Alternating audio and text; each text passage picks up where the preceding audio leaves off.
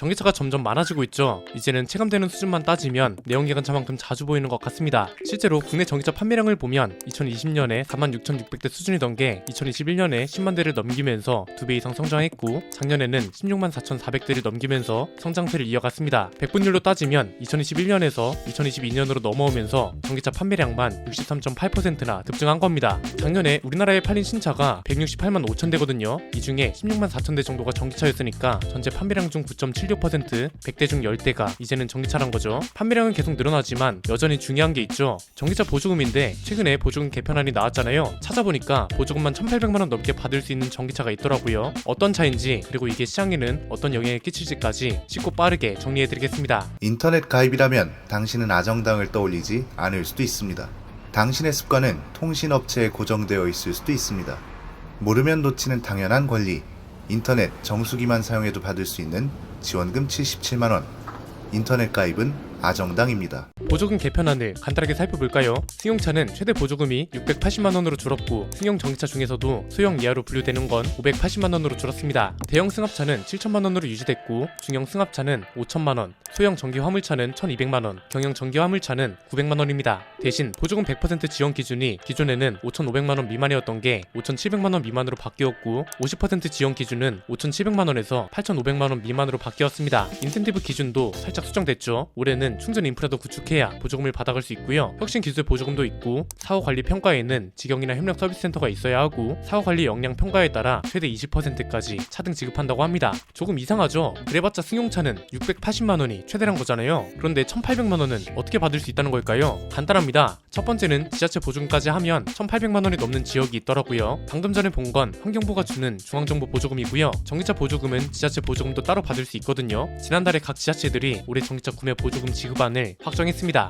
주요 지역만 보면 서울은 국비랑 지방비를 다 합쳐도 최대 860만원밖에 못 받고요. 부산은 최대 980만원, 대구, 인천, 광주, 대전, 울산 이런 광역시 같은 경우 최대 1,020만원에서 1,070만원까지 지원받을 수 있다고 합니다. 구매 보조금이 가장 많은 곳은 어딘가 봤더니 경남 거창군이었습니다. 최대 1,830만원을 받을 수 있다고 합니다. 중앙정부 보조금을 100% 받을 수 있는 현대기아차 전기차들은 거창군에 거주할 경우 1,800만원이 넘는 보조금을 받을 수 있다는 거죠. 이게 진짜 대단한 겁니다. 버스나 트럭도 아니고 승용 전기차 보조금이 1,800만원에 달하면 진짜 많이 주는 거죠. 아이오닉5 롱레인지 익스클루시브 사륜 모델이 5,644만원이거든요. 여기서 1,830만원을 빼면 3,800만원에 살 수 있는 겁니다. 이 트림에서 풀옵션으로 맞추면 6천만원 정도가 나옵니다. 보조금을 더하면 6천만원짜리 차를 4,100만원 정도에 살 수 있는 거니까 보조금이 그만큼 중요하다는 거죠. 두 번째는 최대 보조금이 얼마든 일단 현대기아차에 굉장히 유리한 조건들이 많다는 겁니다. 중앙정부 보조금을 최대로 받을 수 있는 차가 현대기아차 말고는 없습니다. 현대차의 아이오닉6랑 아이오닉5, 기아의 EV6랑 니로 EV 말고는 최대로 보조금을 받을 수 있는 차가 없는 상황입니다. 테슬라는 중앙정부 보조금을 260만원밖에 못 받고요. BM이나 벤츠, 아우디, 볼보 이런 차들도 중앙정부 보조금을 300만원을 못 넘깁니다. 그나마 많이 받을 수 있는 차가 쉐보레 볼트 라인업이랑 폭스바겐 ID4 정도입니다. 이렇게 된 이유는 뭔가요? 가격 기준을 제외한 나머지 기준을 충족시키는 브랜드가 현대기아차밖에 없기 때문이죠. 최대 보조금이 680만원이잖아요. 이게 여기서 또 나뉘거든요. 최대 보조금 중에 성능 보조금이 있는데 가장 많이 받을 수 있는 게 500만원입니다. 이게 뭐냐면 연비나 주행거리에 따라 보조금의 액수를 달리하는 겁니다. 작년보다 100만원 줄었고 성능이 똑같더라도 AS 센터 같이 사후 관리 역량에 따라서 보조금이 달라진다고 했잖아요. 직영 AS 센터를 운영해야 하고 정비 이력 전산 관리 시스템을 갖추면 1등급이 됩니다. 이러면 사후 관리 부문에 해당하는 보조금을 모두 받을 수 있습니다. 직영 서비스 센터가 거의 없는 수입차 제조사들한테는 불리할 수밖에 없는 조건이죠. 그리고 이행 보조금이라는 게 있습니다. 이게 뭐냐면 그냥 이렇게 생각하시면 됩니다. 친환경차 보급을 이행했냐 이겁니다. 저공기차 보급 목표자 대상 기업 중에 달성 실적이 좋으면 이행 보조금을 모두 받을 수 있는 거고요. 직영 서비스 센터만큼 중요한 게 충전 인프라 보조금입니다. 3년 내에 급속 충전기를 100기 이상 설치한 제조사만 충전 인프라 보조금을 받을 수 있습니다. 그리고 혁신기술 보조금은 전기차에서 전기를 끌어다 쓸 수 있는 V2L 기능, 이게 있으면 받고 없으면 못 받는 보조금입니다. 현대차 그룹의 핵심 기술이기도 하잖아요. 이 기술이 있는 전기차가 중앙정부 보조금 680만원을 받을 수 있는 겁니다. 이건 어떻게 해석하느냐에 따라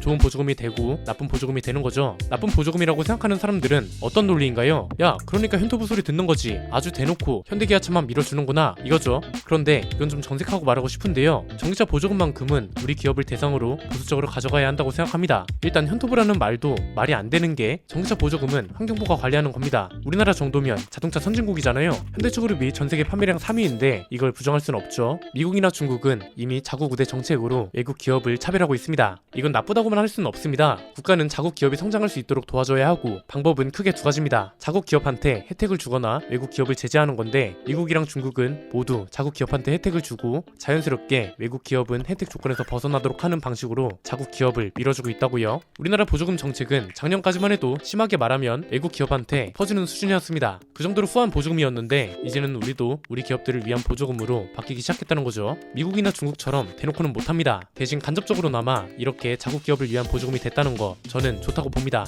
세 번째는 그래서 이걸 마냥 특정 기업을 위한 정책이라고 볼 게 아니라 이 정책을 어떻게 이용해야 하는지 다른 브랜드가 알아듣고 체감할 수 있도록 해주는 게 좋은 방향이라고 본다는 겁니다. 나머지 국산차 브랜드는 이걸 기회 삼으면 충분히 좋은 전략을 가져갈 수 있습니다. 일단 기본적으로 눈에 보이는 것들은 무조건 충족을 시켜야죠. 보조금을 다 받으면 현대차 그룹만큼의 전기차 성능이 나아져야 하고요. 급속 충전기도 많이 설치해줘야 하고 가격은 현대기아차보다 저렴해야 가격 경쟁력이라는 걸 가져갈 수 있고 직영 서비스 센터도 전기차를 위한 수리 구역을 만들든지 해야 합니다. 그 다음은 이제 눈에 안 보이는 전략을 따라가는 겁니다. 올해 국내에 출시되는 국산 전기차를 보면 힌트를 얻을 수 있습니다. 현대차는 코나 일렉트릭, 아이오닉 5N, 기아는 EV9, 레이 EV, 쌍용차는 전기차 토레스가 있습니다. 한국 GM은 국산 브랜드는 아니지만 캐딜락 리릭을 국내에 출시할 예정입니다. 현대차의 신차 전략은 뭔가요? 지금 이걸 집중해서 봐야 하는 건 쌍용차입니다. 현대기아차의 대안이 될 수 있는 전기차는 쌍용차밖에 없거든요. 르노코리아는 신차 출시 생각이 거의 없는 수준이고 쉐보레는 다음 전기차를 출시하려면 아직 멀었습니다. 둘 중 하나입니다. 현대차 그룹처럼 개발 비용이 여유 있거나 아니면 개발 비용은 없지만 간절하거나인데 어차피 신차 출시 전략은 순서대로 가져갈 수밖에 없습니다. 현대차 그룹은 모든 상황을 방어할 수 있는 회사라고 보시면 됩니다.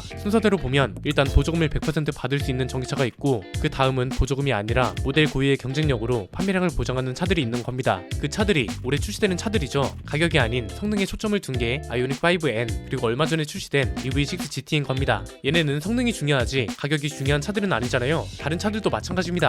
기아가 올해 출시 예정인 EV9은 당연히 보조금 100% 기준을 충족시키지 못합니다. 대신 대형 전기 SUV가 없는 시장에 처음으로 출시되는 비어있는 시장에 투입되는 차이기 때문에 보조금을 다 못 받아도 잘 팔릴 겁니다. 그 다음은 레이 EV죠. 이 차는 기본 가격 자체가 다른 전기차보다 저렴할 수밖에 없습니다. 얘도 사실상 비어있는 시장에 출시되는 차입니다. 경차, 그 중에서도 박스형 경차가 전기차로 나온 경우는 우리나라 시장에서 최초입니다. 관공서 같은 곳에서 업무용 차로 쓰기도 좋고 사회 초년생들도 부담 없이 선택할 수 있는 전기차가 되는 거라 얘도 경쟁력이 되는 겁니다. 이건 현대차 그룹이라 가능한 다음 세대 전략이라고 보시면 됩니다. 이미 보조금을 다 받고 살 수 있는 차가 있기 때문에 이런 차가 나올 수 있는 거죠. 여기서 하나 중요한 게 전기차를 대신해서 살만한 차들도 있다는 게 중요합니다. 하이브리드 차가 지금은 전기차로 넘어가기 전에 중간다리 역할처럼 여겨지고 있잖아요. 디젤이 주력이던 차들도 하이브리드 차가 주력이 된 지 오래고 카니발같이 이제서야 하이브리드 라인업이 추가되는 경우도 있습니다. 그러니까 쌍용차를 비롯한 나머지 국산차 브랜드는 두 가지 중에 하나라도 해야 하는 상황인 겁니다. 쌍용차는 토레스 전기차나 KR10, 토레스 픽업 트럭 이런 차들이 전기차 보조금을 무조건 100% 받을 수 있게 하거나 아니면 보조금을 100% 받지 않아도 저렴하도록 만드는 것 밖에는 없습니다.